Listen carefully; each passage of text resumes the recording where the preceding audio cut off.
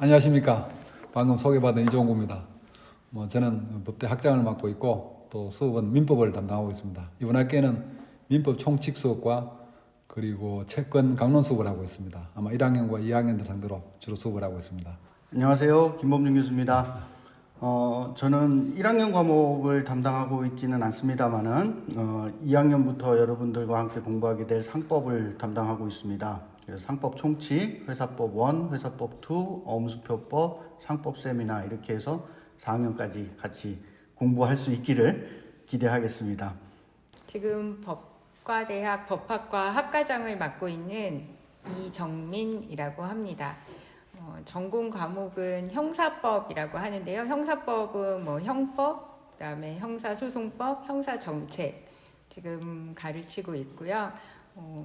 여러분과는 지금 형법 총론 1, 2, 그다음에 형법 강론 1, 2 시간에 만나 뵙게 될 것 같습니다.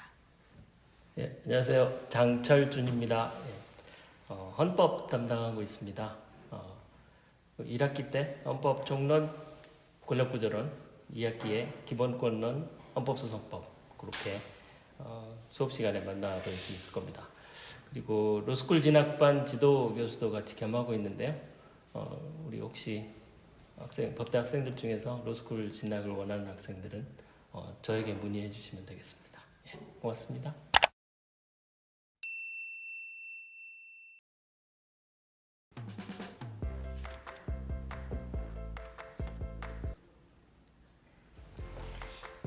어려운 질문이 같은데요. 둘 다 싫은데. 시험 문제 내는 도중에 파일 날리기. 저도 차라리 시험 문제 내는 도중에 파일 날리는 게 좋을 것 같습니다. 시험 문제 내는 도중에 파일 날리기가 저는 앞에 거 녹화 강의로 선택을 하겠는데요. 시험 문제 내는 게 생각보다 어렵습니다. 네, 여러분은 그냥 이렇게 문제 보고 그냥 답 쓰는 게 더 어렵다고 생각하겠지만 그 문제를 내는 게 더 어렵습니다. 그래서 여기저기 많은 자료를 찾아봐야 되기 때문에 차라리 그냥 강의를 하고 나면 뭐 피곤하기는 하지만 그거 한번 다시 또 그냥 할 수는 있거든요. 근데 시험 문제는 놓치기에 너무 아깝습니다. 녹화 강의를 만들다가 실제로 촬영 저장 버튼을 못 누른 적이 있었는데 죽고 싶었어요. 시험 문제는 그래도 머리에 있는 거를 다시 정리해서 어떻게 수습하는데 좀 가능합니다만은 이 녹화 강의가 사실 실제로 강의하는 것 이상으로 많은 시간과 노력이 필요하더라고요. 해보니까. 그래서 두 번째가 오히려 더 나을 것 같습니다. 왜냐하면 시험 문제는 사실은 조금 저는 이렇게 각도를 달리 볼 때도 있거든요. 그러니까 한번 다른 이제 이 지문으로 냈다가 또 다른 지문으로 조금 더 바꿀 수도 있고 하니까 그런 면에 있어서 아까 냈던 거 말고 또 다른 걸 내자 이런 측면에서 시험 문제를 한번 반추하는 입장에서 더 낫지 않을까라는 생각이 듭니다.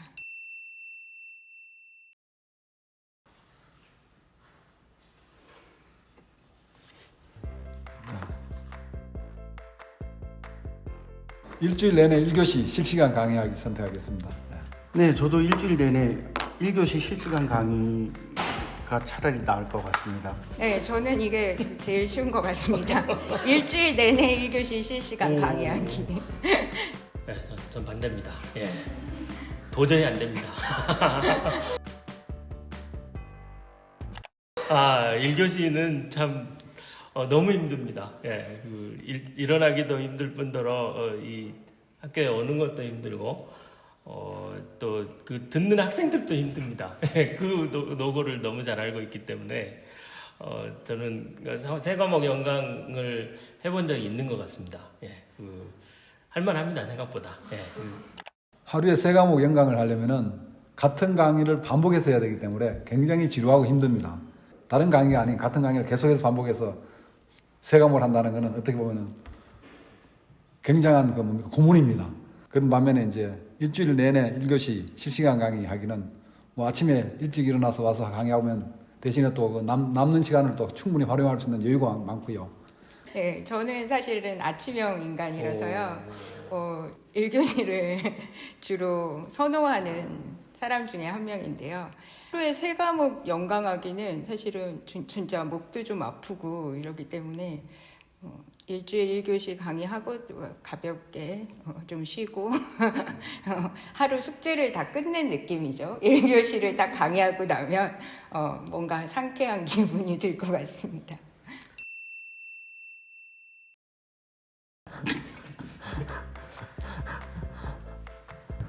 둘 다 싫은데요. 네, 이게 제일 어려운 질문 같습니다. 한 달에 한 번 출석하는데 강의 열심히 듣는 학생을 선택하겠습니다.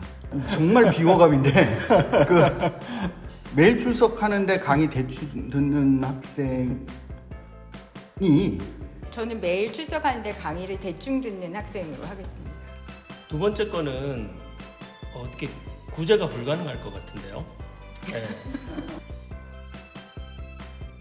한 달에 한 번 나와서는 내가 뭘 배우고 있고 내가 이해하고 있는지도 아무리 열심히 듣는다 그래도 좀 한계가 있을 것 같고, 강의를 대충이라도 매일 출석해서 좀 들었으면 서당계 3년이면 풍월도 없는데, 그래도 조금 나중에 공부 복습 열심히 해서 뭐 모르는 거 있으면 선생님한테 물어보고 하면은 조금 따라가는데 그래도 좀 낫지 않을까, 뭐 그런 생각도 드는데요.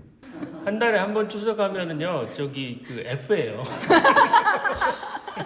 어떻게 열심히 듣는다고 해도 열심히 들어주는 건 고마운데 어떻게 그거는 구제를 살려줄 수가 없어. 매일 출석하지만 강의를 대충 듣는 학생들은 자꾸 물어보면 돼요. 수업 시간에 잘 듣는지 안 듣는지를 확인하면 됩니다.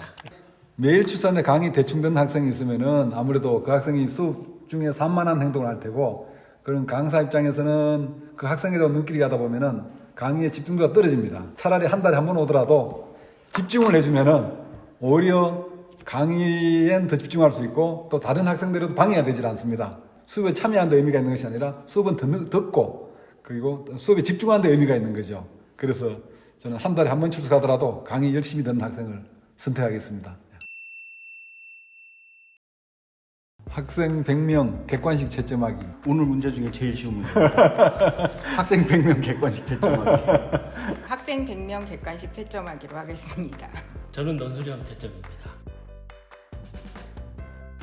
논술형은 채점하다 보면은 이제 이런 답을 썼는데 여기서 이런 걸 조금 더 보완해서 쓰면 아쉬운 마음이 들고, 그러다 보면 채점 시간이 자꾸 길어져요. 또 한 번 채점하고도 또 뭐냐면은 이게 공정하게 채점됐나 되지 않았나를 이제 생각을 해봐야 되니까 다시 한 번 더 채점하게 되고, 되게다 채점하다 보면은 처음에는 좀 엄격하게 채점하다가 점수가 너무 나쁘니까 뒤로 가다 보면 채점이 좀 후해집니다. 그럼 다시 또 되돌아와서 공정성을 맞추기 위해서 채점을 또 한 번 더 하거든요. 반면에 객관식은 그런 고민을 할 필요가 없습니다. 기계적으로 그냥 내려가기 때문에 시간적으로나 어떤 그런 면에서 정신적인 어떤 그런 고민, 노력 면에서 볼 때는 채점자 입장에서는 훨씬 편하다고 생각합니다. 논술형 채점하는데 어려움은 필요 이상으로 창의적이에요. 생각지도 못한 내용들을 쓰는 경우가 있는데, 대견하고 칭찬해주고 싶은 경우도 있지만 대부분은 가르쳐주지 않은 거를 너도 모르고 나도 모르는, 아무도 모르는 얘기를 쓰는 경우가 있습니다. 채점하는 데 있어서는 객관식 100명이 좀 더 수월합니다. 저도 한 세 번 정도 채점을 하는데, 논술형 채점할 때는 처음에 이렇게 이제 이런 논점이 들어가겠구나라고 논점을 이제 잘 적어 놓고 여기를 벗어나지 않겠지라고 생각을 하고 있지만, 안 되면은 또 이게 왜 안 되는지에 대해서 얘기를 해줘야 되기 때문에 교수로서는 논술형 채점하는 것은 거의 30배의 에너지가 소모된다고 해도 과언이 아니라고 저는 생각을 하고 있습니다. 객관식은 채점은 쉽지만 문제 내기 굉장히 어렵습니다. 물론 채점만 가지고 보면 난이도는 비교하기는 좀 힘듭니다만 만드는 것 자체가 그 노력도 상당하다. 그런 걸로 따지면은 100명을 객관식 채점하는 것보다는 그냥 30명 논술 채점은요, 요새는 저는 그냥 쓱 보고 그냥 할 수 있어요. 이게 경지에 오르면 어느 정도 한 가능합니다. 그게 여러분들 해보시면 됩니다. 학기 끝날 때까지 아무도 답하지 않는 수업 단체 카톡방이 저는 세상에서 제일 싫은 게 단톡방입니다. 한 수업에 질문 100개 하는 학생이 더 나을 것 같습니다. 말 안 들어주거나 말 안 해주면 되게 잘 삐집니다. 그러니까 그거 좀 명심하시고요. 질문을 한다는 거는 그만큼 뭔가를 했으니까 물어보고 싶은 것들이 생겼다는 얘기일 텐데 그거는 굉장히 긍정적으로 봅니다. 물론 어떤 질문을 하느냐에 따라서도 달라요. 사실 이제 대학생이니까 내가 2번, 3번, 5번, 6번 읽어보고 도저히 안 되는 거를 질문했을 때 그 질문의 퀄리티하고 여기서부터 여기까지 잘 모르겠는데 이거하고는 차원이 다른 겁니다. 그렇죠? 그래서 질문을 잘하는 학생, 차라리 질문이 많은 학생이 나을 것 같아요.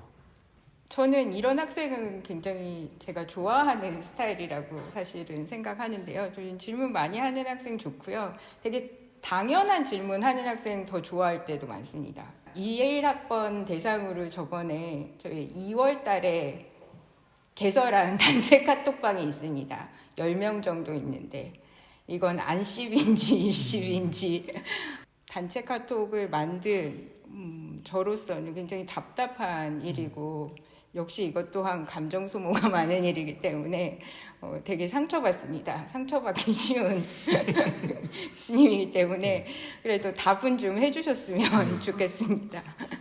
수업을 하는 것은 여러분한테 뭔가 이렇게 대화하자고 던지는 거거든요. 그럼 거기에 뭔가 좀 반응이 와야 내가 잘하고 있구나, 더 잘해야지 이런 생각이 드는데 아무 뭐 반응이 전혀 없으면은 뭐 물론 그런가 보다 하고 그냥 넘어가도 되지만 그건 굉장히 저를 굉장히 다운시키는 겁니다. 그래서 사람이 좀 사기가 살아나야 이것도 재미가 있거든요. 혹시 그 영상을 보시는 분들께서는 틀린 질문도 좋으니까 열심히 답을 해주시려고 노력을 해주시면 좋겠습니다. 왜냐하면 한 수업에 한 학생이 질문을 100개 한다, 수업이 아니고 질문을 100개 한다고 그러면은 수업 자체를 할 수가 없습니다. 결국은 다른 학생들에게는 전혀 수업을 들을 수 있는 기회를 박탈하는 학생이기 때문에 차라리 이런 것보다는 학기 끝날 때까지 아무도 답하지 않는 수업 단체 카톡방이 낫지 않을까. 이 경우에는 수업을 내가 진행을 하면 되고 나름대로 학생들의 질문까지 예상해서 수업을 진행하면 되니까 그나마 수업이 가능하다 이런 측면에서는 두 번째가 훨씬 낫다고 생각합니다. 소리는 나는데 안 무는 모기. 당연히 소리 나지만 안 무는 모기가 좋지 않나요? 네, 소리는 나는데 안 무는 모기. 소리가 나야 잡을 수 있습니다. 왜냐면 어릴 때부터 시골에 살아서 모기 소리는 하도 많이 들어서 모기 소리에 굉장히 익숙해 있습니다. 대신에 뭐 어디서 살았든 간에 모기에 물리는 건 다 싫어하죠. 모기가 싫은 게 물려서 아프고 간지러운 게 싫은 거지. 뭐 막 자려고 할 때가 아닌 이상에는 소리를 내든 말든 그리고 소리가 굉장히 큰 것도 아닌데 그래서 저는 나지만 안 무는 모기가 좋을 것 같습니다. 소리에 대해서는 사실은 저는 소리 나면 입을 그냥 덮어 쓰고 있는 스타일이라서 소리 나는데 안 무는 모기가 훨씬 좋을 것 같습니다. 소리가 나야 저는 이걸 안 잡으면 못 잡니다. 그래서 반드시 잡아야 되기 때문에 소리를 반드시 내줘야 돼요. 비 오는 날 젖은 양말로 가죠.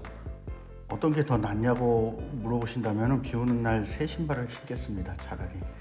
어차피 젖을 거라고 해도 저는 비 오는 날 새 신발 신고 싶습니다. 네, 젖은 양말이 나을 것 같은데요. 그 이유는 어차피 비 오는 날은 새 신발을 신어도 비의 양이 문제가 되겠지만은 비가 많이 오면 다 젖기 마련입니다. 마찬가지로 새 신발 신고 새 양말 신고 나가봐야 젖어서 젖은 양말 되기 마련입니다. 그러니 차라리 편하게 전부 다 젖고 나가자. 그게 훨씬 편하지 않을까 이렇게 생각합니다. 저는 맑은 날도 새 신발을 못 신습니다. 바로 사면. 아까워서 오래 신으려고. 예, 그래서 차라리 젖은 양말이 나을 것 같은데요. 예. 젖은 양말은 일단 비가 오는 날이니까 하루 종일 마를 일이 없겠죠.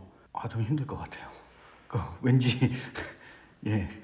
그래서 그냥 새 신발 어차피 신고 다니면 더러워질 테니 뭐 오늘 더러워지나 내일 더러워지나 그래서 두 번째가 좋을 것 같습니다. 우선 밸런스 게임을 우리 학생회에서 하자는 얘기를 듣고 처음에는 상당히 당황했습니다. 왜냐하면 익숙하지 않은 게임이고 처음 듣는 게임이고 해서 어떤 게임인가라고 우리가 생각을 하게 됐었습니다. 그래서 막상 해보니까 굉장히 재밌네요. 그리고 또 약간 넌센스적인 측면도 있으면서 한 번 더 우리 주변을 생각해 볼 수 있는 그런 어떤 문제들이 아니었나, 질문들이 아니었나 이렇게 생각을 해봅니다. 그리고 이런 걸 통해서 우리 학생들과 또 만남의 시간을 가질 수 있게 되었다는 점에 대해서 굉장히 기쁘게 생각합니다. 생각보다 어렵지 않은 문제로 난이도 조절을 해주셔서 고맙습니다. 그리고 누군가 이 동영상을 절대 안 봤으면 좋겠습니다만 그래도 굳이 보신다면은 재밌게 봐주셨으면 좋겠습니다.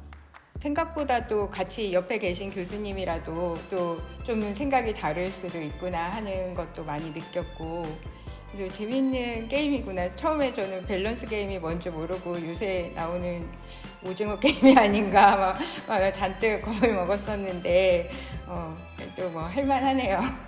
그 약간의 개인적인 대화를 할 수 있는 그 기회를 갖게 된 것에 대해서 되게 고맙게 생각하고 어떻게 보면 되게 좀 안타까운 것 같아요. 이렇게까지 해서 우리하고 만나야 되나? 이제 얼마 안 남은 것 같으니까 곧 저기 교실에서 만나도록 합시다. 조금만 더 참으시고 그때 만나면 제가 공부 많이 시켜드릴 테니까요. 걱정하지 말고 오세요. 이상입니다.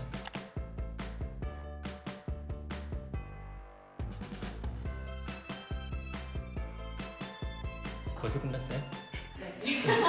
몇 개 더 해도 될 것 같은데. 즉석 질문. 네.